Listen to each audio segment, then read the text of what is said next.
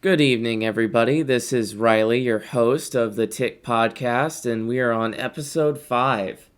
So it's been a while, and I wanted to kind of come at this show a little bit better, with a little bit more focus, and not try to cram these out every week. Just when I want to say something, I'm just going to go at it. And instead of bitching and whining about Netflix and stuff, I thought I would talk a little bit about comic books. And, today is kind of special because I just handed in my last page for the webcomic, Stringy and Moppy. And now I am focused all on animation. And, I'm very proud of the work I did for the webcomic. But me and Mega R. Daniels both agreed it would be great if I just kind of focused on one thing. And that's what I'm going to do. Is from now on, I am just solely focused on animating. And we both wanted that. Like, that's what I wanted. And he thought that would be a good idea. So that's what we ended up doing. And, with comics, it's so raw, you know? Like, I remember the first time I made comics, I was like 11 or something. And it was like you could do anything with it. And the thing that got me really into comics was I met this kid, and his name was Matt, and he made like offensive comics, like what we know as alternative comics today. That's what he did, and he did it with stick figures, and I could draw better than him, and that was what started all of my comic stuff. And for those interested in like the first character I ever made, the big comic book character, that the first original character I ever created was actually called Turd Guy, because I was like 11, and I thought it would be really funny if like Mr. Hanky from South Park could like fight crime. So he's literally a piece of shit that was shit from a superhero, and that's how he got his powers. He didn't like become like a radioactive spider bit or whatever. No, he was just literally a superhero shit. And the transferred powers got shitted out. And that was like my big creation. I thought it was genius at the time. And I had a leasing office that would like let me use their copy machine for free all the time. And this was like 2001, 2002. And this was when people had change in their pockets. So, I had this bright idea that I could, print the comics. I would do it all on one page. The front is the cover, and the back is the actual comic, which was just however much story I could cram in like, a whole page of back comics. And I would never script it. I would never actually have a script or an outline or anything. I literally took a ruler, threw out a bunch of lines, and then just like made a story as loosely and if I could make it work. And I came up with a bunch of stories like Attack of the Killer Hillbillies, The Farting Menace, Turd Guy Goes to Karate. Like, it was a stupid story, and I lost the originals. I have like a few remaining copies. It's like lost in the archives, the echoes of the past. But it's not a character I'm super like, fond of, or like, oh, I need to protect this character. Like, it's the dumbest fucking story ever made. But when I was a kid, that was what I did. I made these comics, and I would copy them, and I would sell them on the damn street like I was a dealer. Like, I was just slinging fucking, underground street comics. And I made a couple of bucks. One time I actually bought my mom brand new tires from selling comics on the street. I would make like $10 a day. And, that's what I did as a kid. It actually got me on a documentary. It's on HBO Max. It's called I Have Tourette's, but Tourette's doesn't have me. And you can see little kid me selling my comics in that documentary. That's literally how I got the uh, the role. I'm not really acting or anything, but I'm in a movie or whatever. But whatever. So comics were always kind of like in my DNA. And in 2012, I did a video. I filmed the entire thing and edited it and put it on YouTube in one go. It was like 30 hours of from start to finish, where I made a comic, legitimate comic, for the first time, where I had like an outline, a story, a character, and I did it in 24 hours, and that really leveled me up.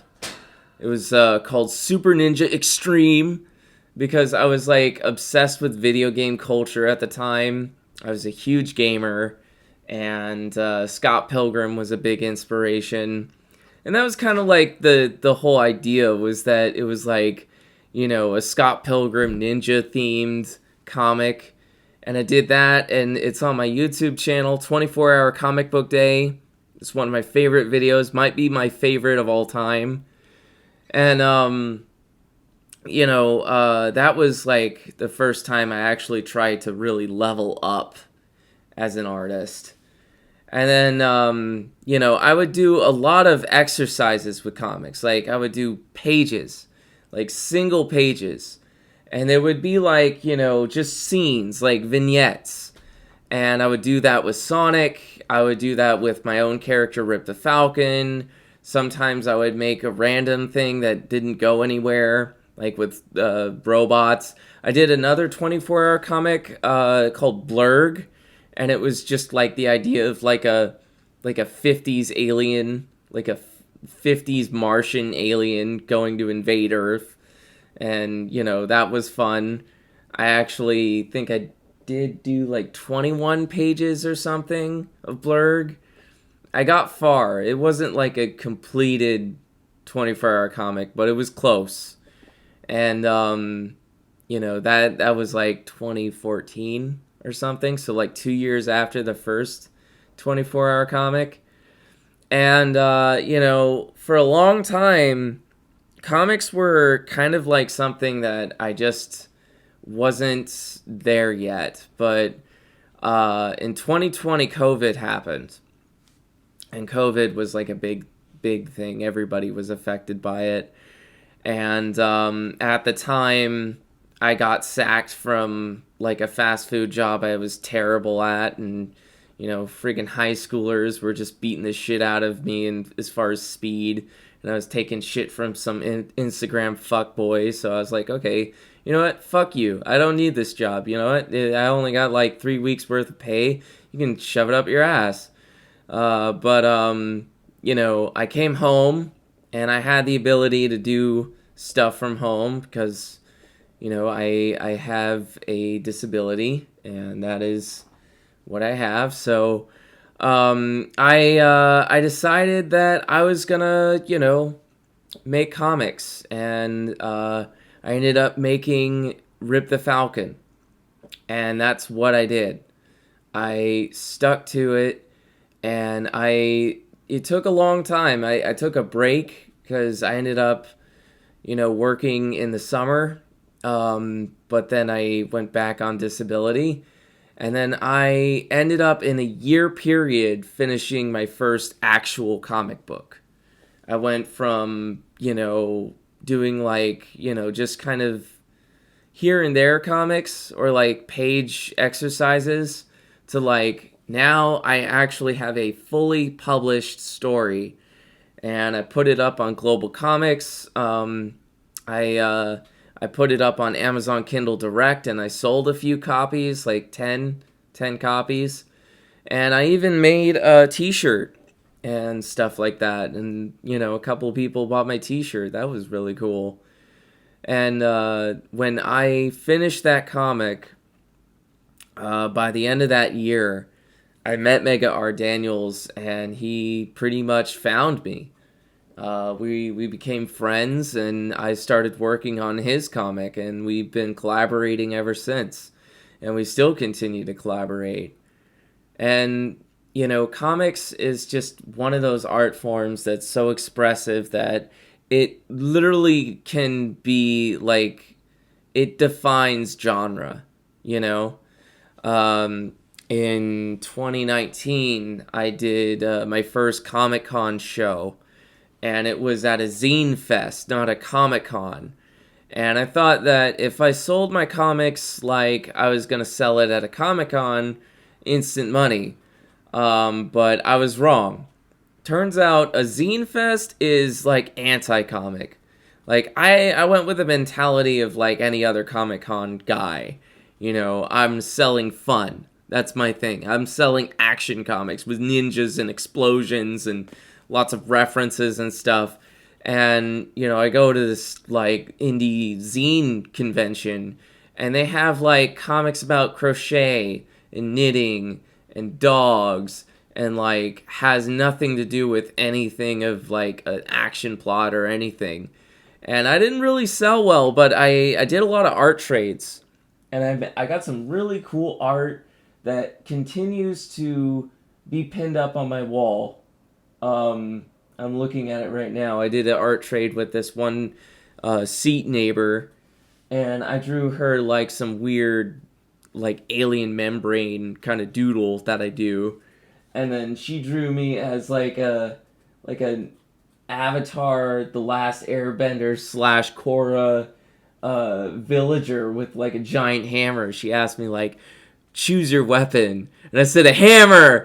Because I'm like, fuck it, I want a big fucking hammer. And she drew me like this badass electric hammer, like the one from Endgame or whatever, but cooler, or Thor Ragnarok. I don't fucking watch Marvel movies. I think those movies suck, but yeah, that was different than what I thought it would be. Because, like, okay, I assume comics are like what people who don't read comics are like. The big action stuff, the superheroes, all that. And comics really could be just about anything you want it to. They're getting to a point where they don't even break, like, they have different formats. It's like, thanks to sites like Webtoon and other sites, but the ability to change the canvas and make them like on Instagram and all that stuff. Like, the formatting is changing too. Comics are so avant-garde now, that you would think that, like, 20 years ago it was just DC and Marvel. That was it. But it's like, you could make any story and run with it. And there's always been kind of like an edge, a underground comic thing since the 60s. But yeah, it's changed so much. And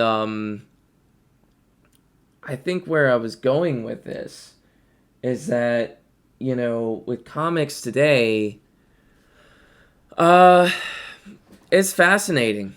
It's fascinating. I think, the kind of stuff that's coming out now, it's changed. It's different. It's free form, Kind of reminds me of like independent filming with a video camera or something like that. Like, just going outside in your backyard and making whatever you want. Kind of going off into the far reaches of space. But bringing it back, I found myself kind of torn because I wanted to be, I guess, a storyteller. Like, if you asked me when I started making comics, why do I make comics? Because I wanted to tell stories. Like, it was a way for me to express myself, and I wanted to make movies. And it turns out that when you like do a comic or anything like that, you're your own person. You don't need people. You don't need people to tell you how to make it or whatever. It's like if you are in control, you could do whatever you want with it, and there are no rules. And I found myself really embracing that, and I wanted to try animation, and I fell in love with that too.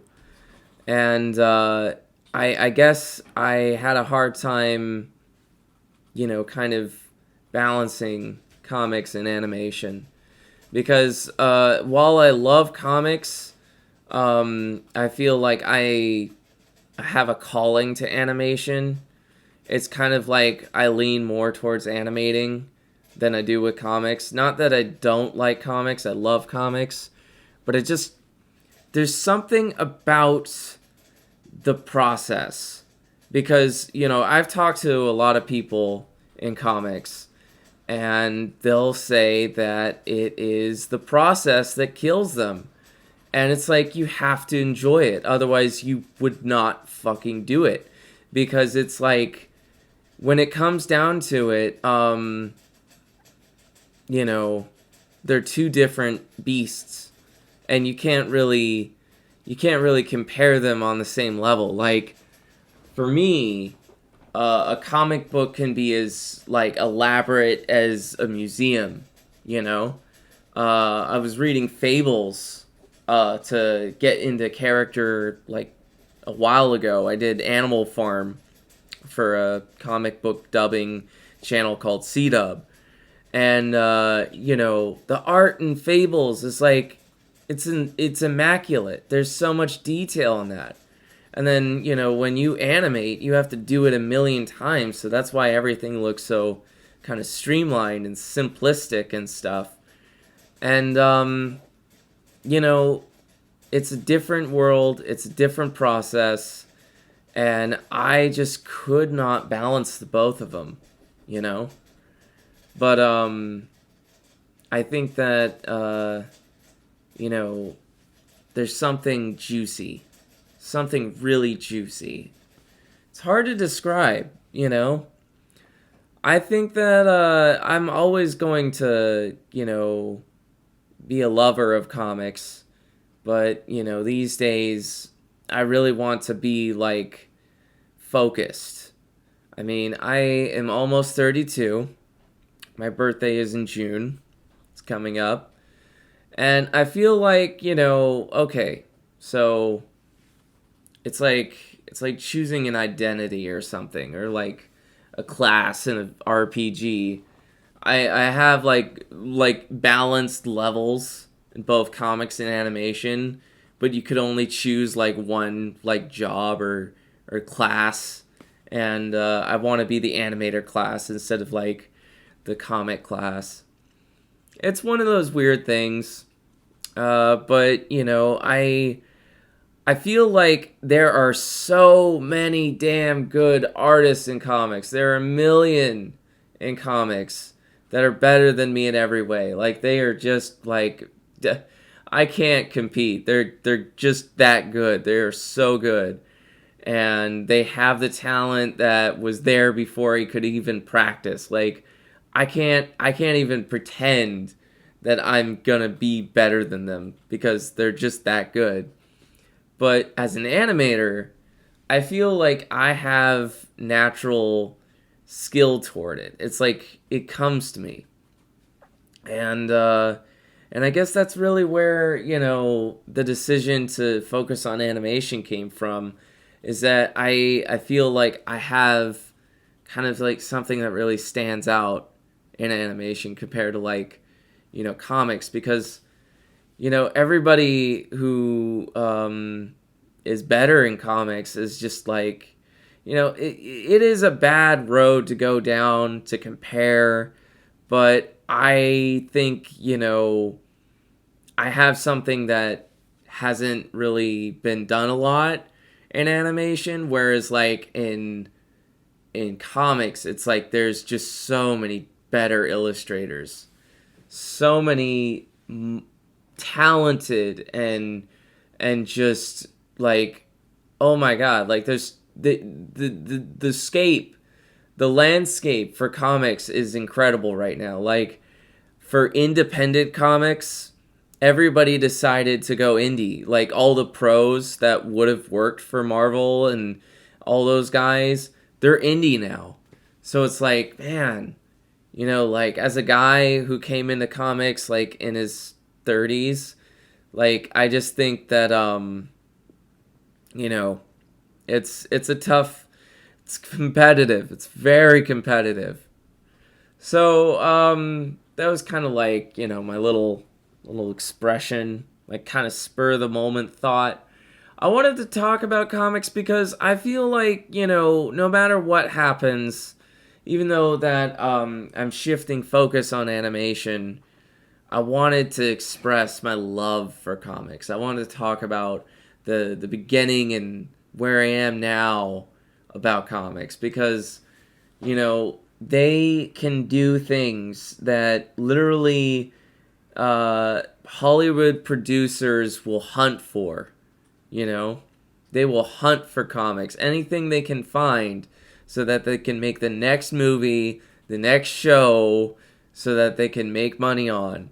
Because, all this stuff that we have today came from some guy with a pencil.